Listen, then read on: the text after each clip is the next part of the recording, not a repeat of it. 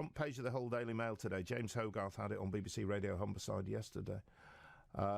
Proposals to use a former student hall or residence in Cottingham to house asylum seekers have been put on hold. The plan was for 200 single young men, asylum seekers, to be housed there while their applications were processed, but it's been put on hold. They were due to move in this week. But following a meeting between the Home Office and local MPs David Davis and Dame Diana Johnson, the plans have been halted. Let's talk to David Davis on the programme. David, morning to you. Thanks for your time. Good morning. I hope you and yours are safe and well. We're all well. What's gone on here? Why did you feel the need to put a block on this? Well, unfortunately, I don't have the power to put the block on it. What happened was we got notified a couple of months back, but no detail. Neither I nor the council got anything out of the Home Office, and we were waiting on getting the proper details. And then suddenly, the first thing we hear about how it's going to be done was actually a leak in the whole Daily Mail. Before it got even to us. So I was quite cross. I wrote to the minister twice, actually. Saying, you need to consult residents, you need to work out whether this is appropriate, whether, a community like Cottingham, which has got quite a big elderly community, should have 200 young men who are, by definition, they're unemployed, they're not allowed to work, just sort of left on the streets of Cottingham, or go into Hull, because that's the nearest city where they can go to do anything, and whether that's the right way to do it. Anyway, we kept pressing. It took a bit of time to get a meeting. Eventually, we got one for this week on the Tuesday, and we suddenly heard on the Monday that it was going to happen the day after.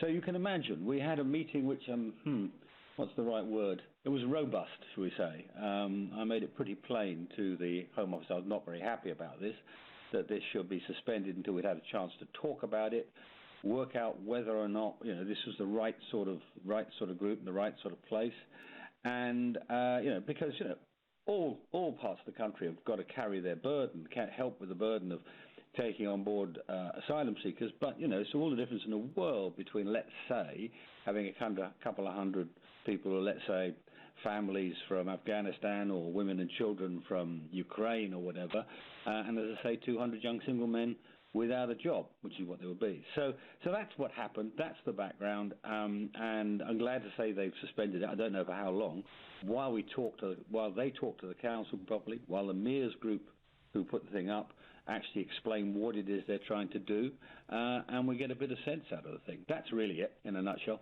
Right, OK, but you don't know at this stage how long that process will take.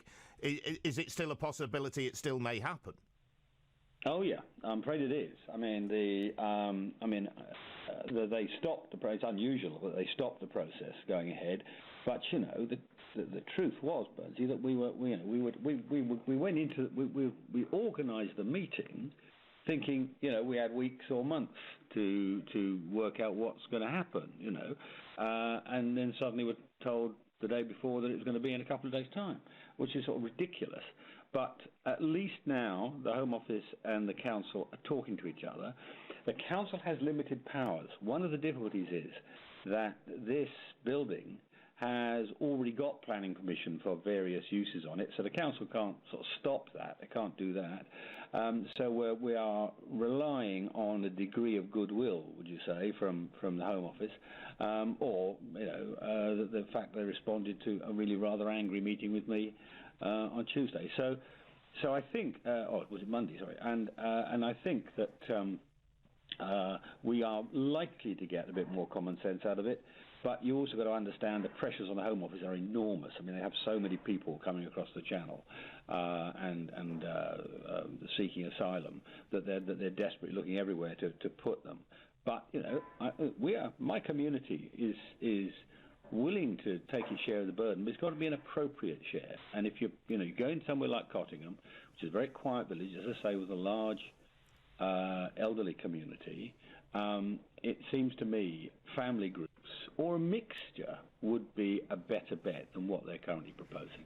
Appreciate you talking about that. Thank you very much. Just while I've got you, Partygate, the report has dropped. Have you had a chance to look at it yet, or grab some headlines from it? No, I haven't. No, I haven't yet. I mean, I don't think this is going to be the denouement, Bernsey. I think the thing that's going to be critical is, because I don't think there's going to be anything new in what Sue Gray says. I mean, she'll have an opinion, but I don't think there's anything factually new that's likely to come out of it.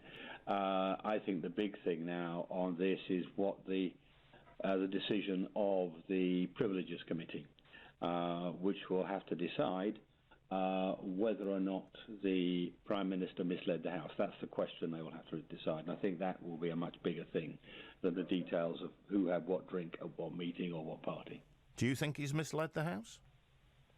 Well, I'm not going to preempt a committee of the House. I mean, my views are pretty public, and they haven't changed. But I'm not going to preempt a judgment. They've got to do the factual checking of what he exactly said, when he said it, and how that corresponds to the facts. So they'll do that. I think obviously there's politics in this, but I think a committee of privileges will take its responsibility seriously, and then we'll have to wait on what they say. When will it ever end, David? The whole thing has been. Well, you may remember, Buzzy, when I made my comment, 3-4 months ago now, to him in the chamber, to his face, as it were.